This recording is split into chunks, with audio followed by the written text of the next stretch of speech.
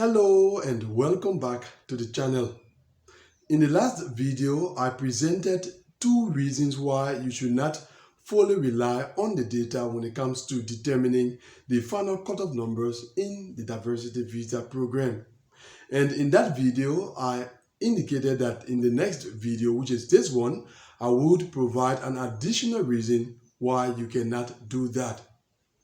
Now, the first two reasons I presented are reasons that are external to the data.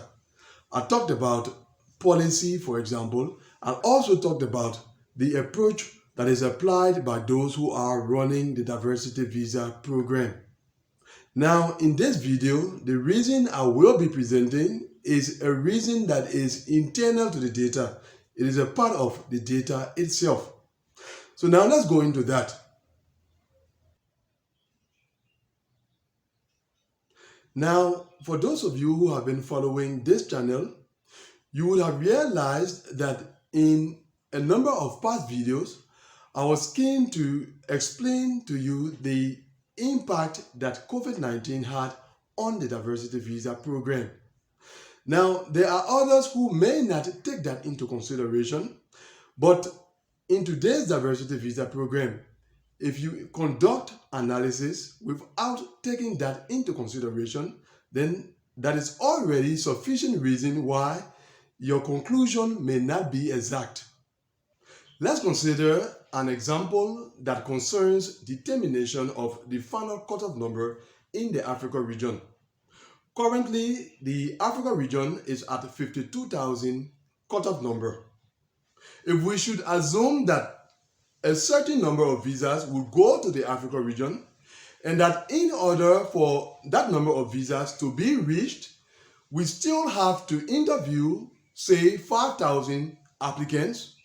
We will begin our analysis from 52,000 cutoff number moving forward, considering the different case number ranges after 52,000 to see at what point we will get the 5,000 applicants that should be interviewed in order for us to reach the number of visas that should go to the Africa region.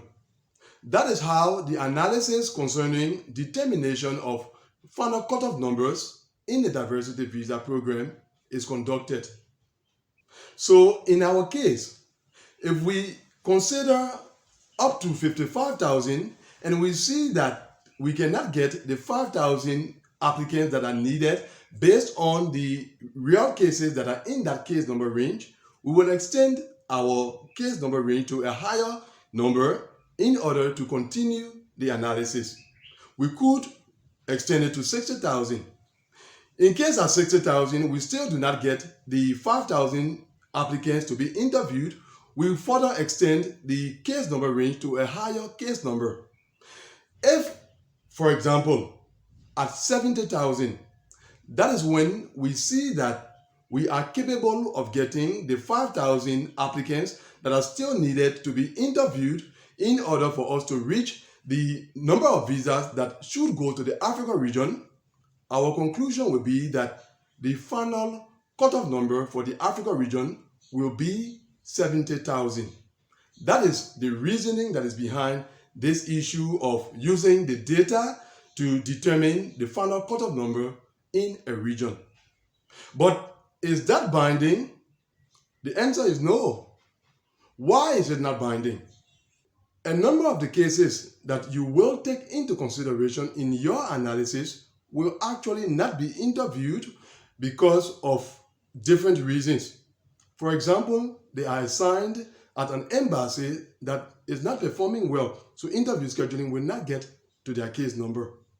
It is also possible that they are assigned at an embassy that is overwhelmed with cases, and so in reality, they will not end up being interviewed assigned at that embassy. Those are all realities that are not taken into consideration when analysis is conducted in theory, but that come into play in practice and that affect the outcome of such analysis. So if we should consider the analysis that we conducted and came up with 70,000 as the final cutoff number for the Africa region, It means that amongst the 5,000 applicants that we identified that should have established the final cutoff number at 70,000, those applicants are not supposed to be taken into consideration because at the end of the day, they will not be interviewed. And so what that does is that at 70,000, we will not have achieved the 5,000 applicants that we needed to interview in order to get the total number of visas that should go to the Africa region. And what that means is that amongst the 5,000 applicants that we took into consideration in our analysis, there are a number of applicants that we should not have taken into consideration.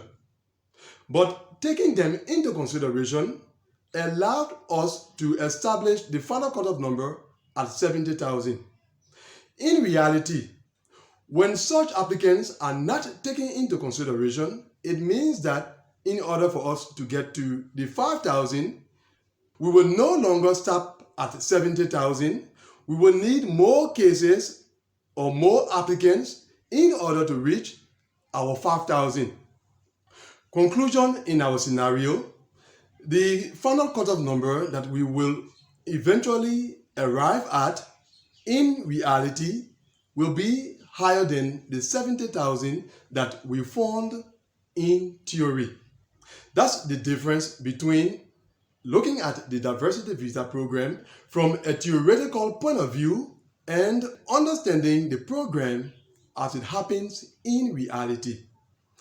So because of that, what I would say is that there is no reason for you to be fearful as you have been concerning what has been said concerning the final cutoff number in the Africa region, especially because that is where I got information concerning.